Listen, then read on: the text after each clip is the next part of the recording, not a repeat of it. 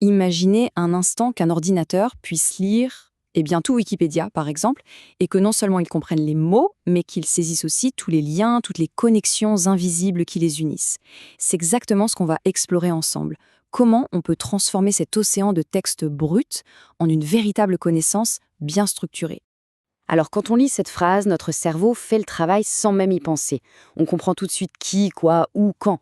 Mais pour une machine, pour elle, ce n'est rien de plus qu'une simple chaîne de caractères. C'est une énigme totale. Comment est-ce qu'elle est censée y voir clair? Et voilà, on arrive au cœur du problème. Comment un ordinateur peut-il faire le lien et comprendre que IBM a été fondé en 1911 et que son histoire est liée à New York? C'est tout le défi de l'extraction de relations. Bon, voici notre feuille de route. On va commencer avec le texte brut, ce trésor d'infos. Ensuite, on va définir ce qu'est l'extraction de relations. Puis, on verra deux grandes méthodes pour y arriver, une basée sur des règles, l'autre sur l'apprentissage. Et pour finir, on prendra un peu de recul pour voir à quoi tout ça peut bien servir. Allez, on plonge directement dans la solution.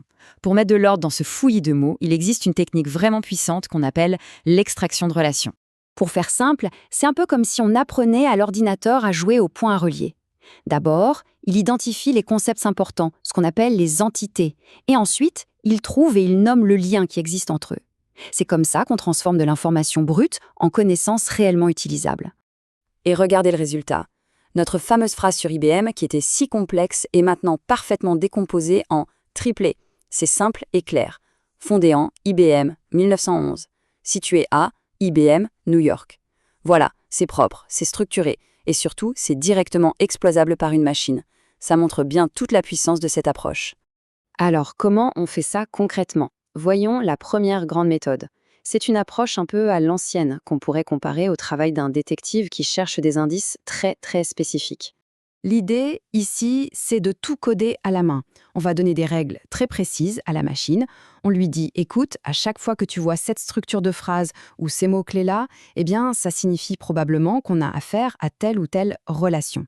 Prenons un exemple tout simple pour bien comprendre. Dans cette phrase, l'expression telle que, c'est un indice en or. C'est un signal très fort qui indique une relation d'exemple. Une relation de type est un. Et ce motif, tel que, il n'est pas tout seul. Il fait partie de toute une famille de motifs qu'on appelle les motifs de Hurst. Les expressions comme y compris, et autres, surtout, tout ça, ce sont des signaux qui permettent à une machine de déduire automatiquement que X est une sorte de Y. C'est une méthode qui a l'avantage d'être extrêmement précise.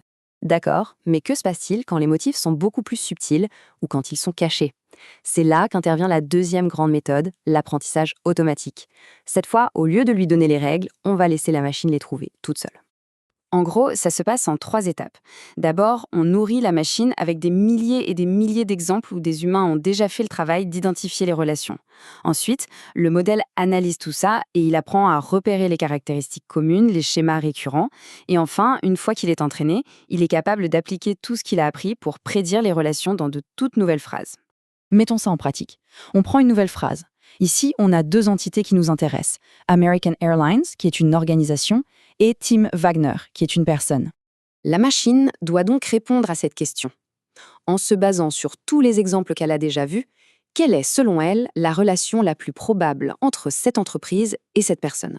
Pour faire son choix, le modèle ne se contente pas de regarder 1 ou 2 mots. Non, il analyse une multitude d'indices en même temps.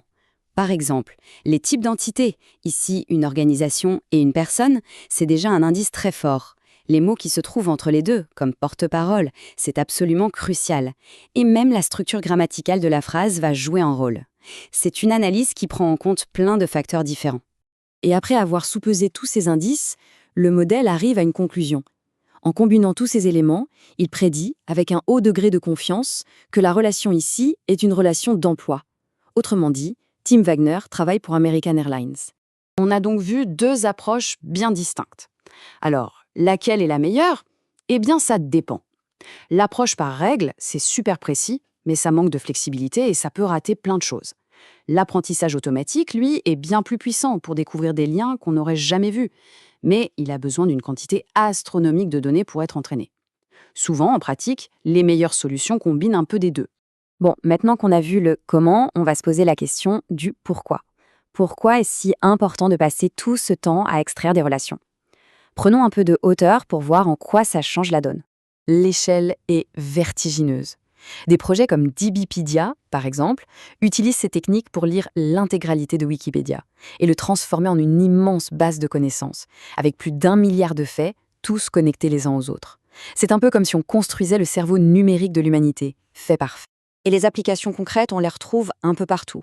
C'est ce qui rend nos moteurs de recherche plus pertinents, ce qui permet à nos assistants vocaux de répondre à des questions de plus en plus complexes, et ça accélère la recherche dans des domaines critiques comme la médecine ou la finance, en aidant à trouver des liens cachés dans des milliers et des milliers de documents. Prenons justement un exemple dans le domaine médical. Cette phrase, elle est tirée d'un article de recherche. Elle contient une information qui peut être vitale. Mais imaginez un chercheur qui doit lire des centaines d'articles comme celui-ci. Trouver ce lien précis pourrait lui prendre des heures, voire des jours. Mais avec l'extraction de relations, la machine, elle, identifie ce lien clé instantanément. Cet examen spécifique peut servir à diagnostiquer cette condition médicale précise.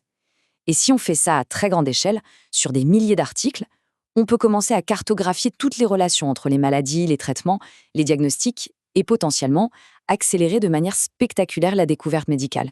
Tout cela nous amène à une question finale, un peu vertigineuse. En donnant aux machines cette capacité de lire et de comprendre les innombrables connexions cachées dans tout ce que nous avons écrit, on ne fait pas que leur apprendre notre langue.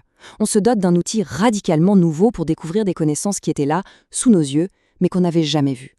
La question n'est plus de savoir si on va trouver de nouvelles choses, mais plutôt lesquelles.